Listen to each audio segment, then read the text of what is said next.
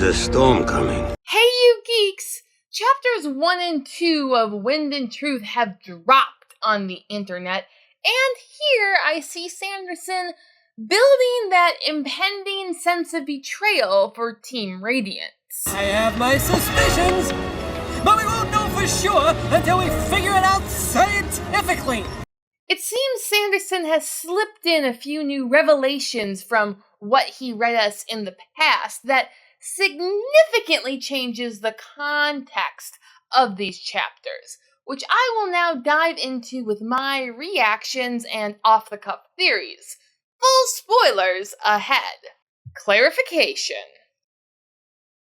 Going into this series, I was very nervous about doing quick reaction videos from a Monday chapter read to a Wednesday video premiere, because I am an endurance audiobook listener, not a Blitz page reader. When I read, I can read quickly because I tend to skip words, sentences, whole paragraphs.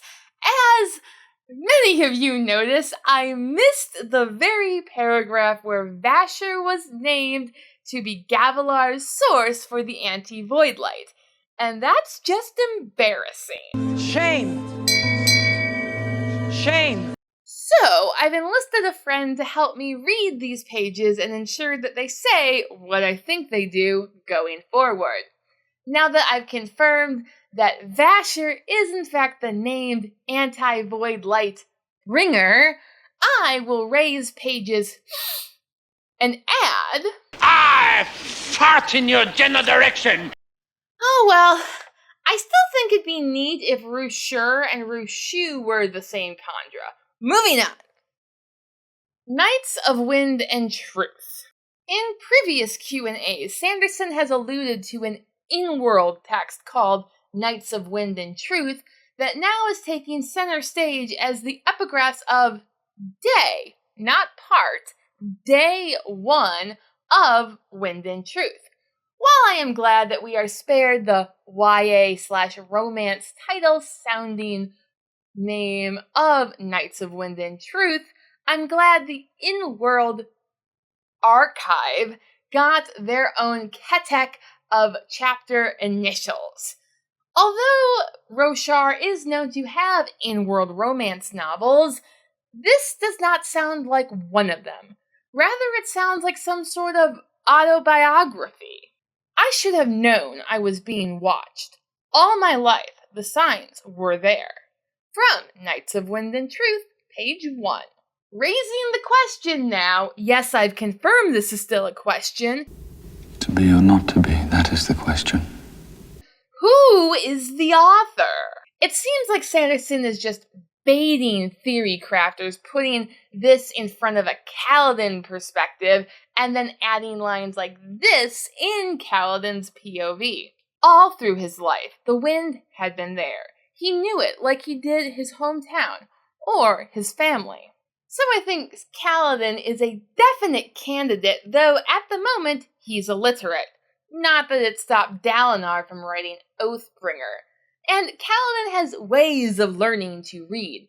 Syl can read, and he's going to spend a lot of time with Szeth, who we've known from the first prologue of The Way of Kings, can write. Wait a minute, you can read? I can read? That's right, I can read! And the second epigraph, I think, has certain Szeth-y qualities to it.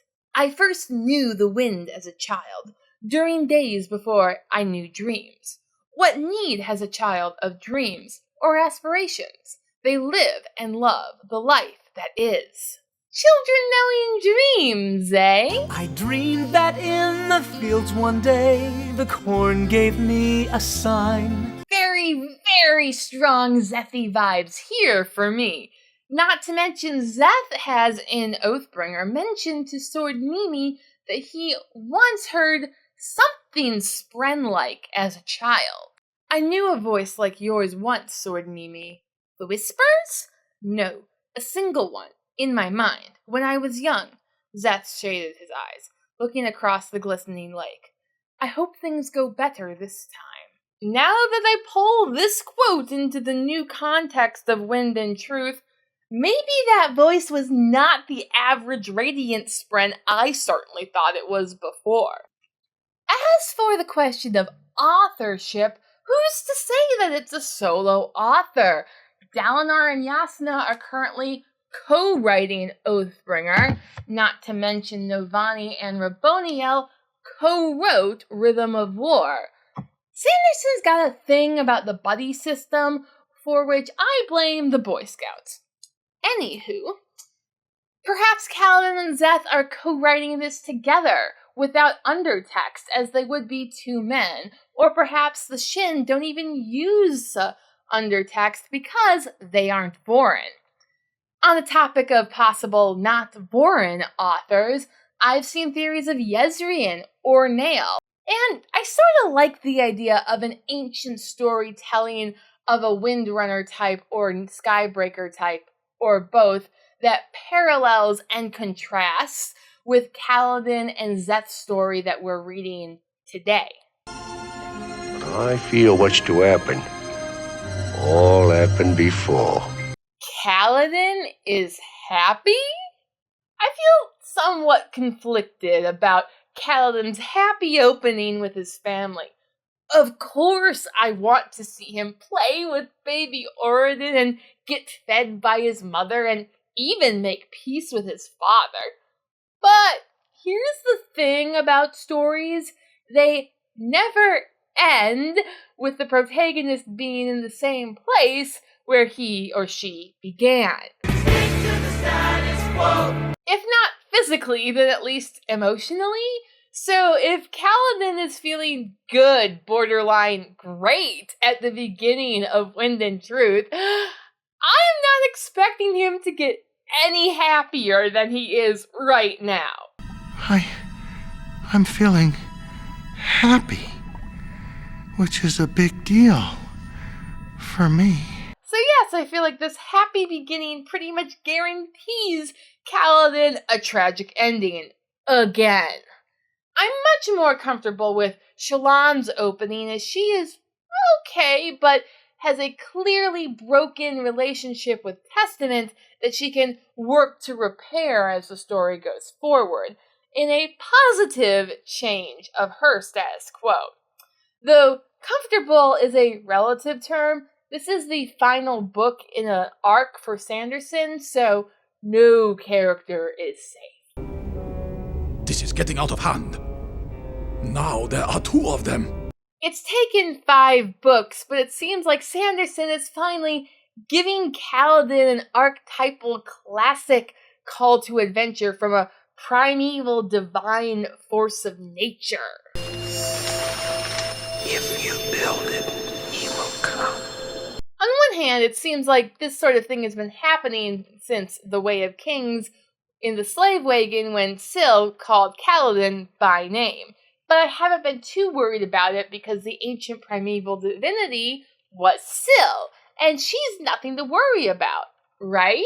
Ever since he could remember, since childhood, he had loved the wind. The wind had always been there, his friend, his companion, his ally, until one day it had come to life and started talking to him. Rhythm of War. But Syl has always been a friendly piece of divinity, a fairy princess among Spren who want nothing more than what is best for Kaladin and has consistently acted according to that intent. So now in Wind and Truth, the wind is talking in a new way and I don't like it. Kaladin. Storms. There it was again. I need your help. I'm so sorry to ask more of you. A storm is coming, Kaladin, the wind whispered. The worst storm. I'm sorry. It was gone. Perhaps it's because Gavilar's Stormfather is super sus, and if it is Ashar in both cases, he seems to have a knack for finding a potential rising star of honor and making them fall, as Lucifer fell in flames. Also, there is another classic fantasy trope of how the hero has a mental link by the end to the villain. There's a reason Harry can speak with snakes. There's a reason he can look into Lord Voldemort's mind. Up till now, I've always thought of it more of Kaladin helping Zeth like he did Bridge 4 on their little buddy road trip to Shinovar. However, I'm now seeing a more equal exchange of sanity as Zeth has experience with disembodied voices in one's head. Hey, I can hear it too. How many kids you got in there? In no version of this do I see this voice being helpful like a piece of honor or Tanavast long dead, we think. If you are less cynical than I am, please let me know down in the comments and tell me, who do you think the voice is? Cruel is a matter of perspective. Not a lot of plot happens with Shallan on top of lasting integrity, sitting there with her two cryptic spren, Pattern and Testament. There's a lot of recap and a surprising passage of Shallan's musings on the matter of perspective. Indeed, life was largely about perspective. Whether a person was strong or not wasn't usually subject to debate, yet if gravity could be a matter of opinion. Going back to some of my earliest videos about the Stormlight Archive on this channel, I've always taken it as a premise of the Stormlight Archive that it, like the ancient mythologies and theologies of the past, are using the laws of nature to undergird a certain moral philosophy. That's why rivers live so long. They're steady. But, of course, the Stormlight Archive is set for our postmodern, post-Einstein theory of relativity society, where the laws of nature aren't nearly as rigid as they seemed during the Enlightenment. He wants me to be steady, like the river. But it's not steady at all.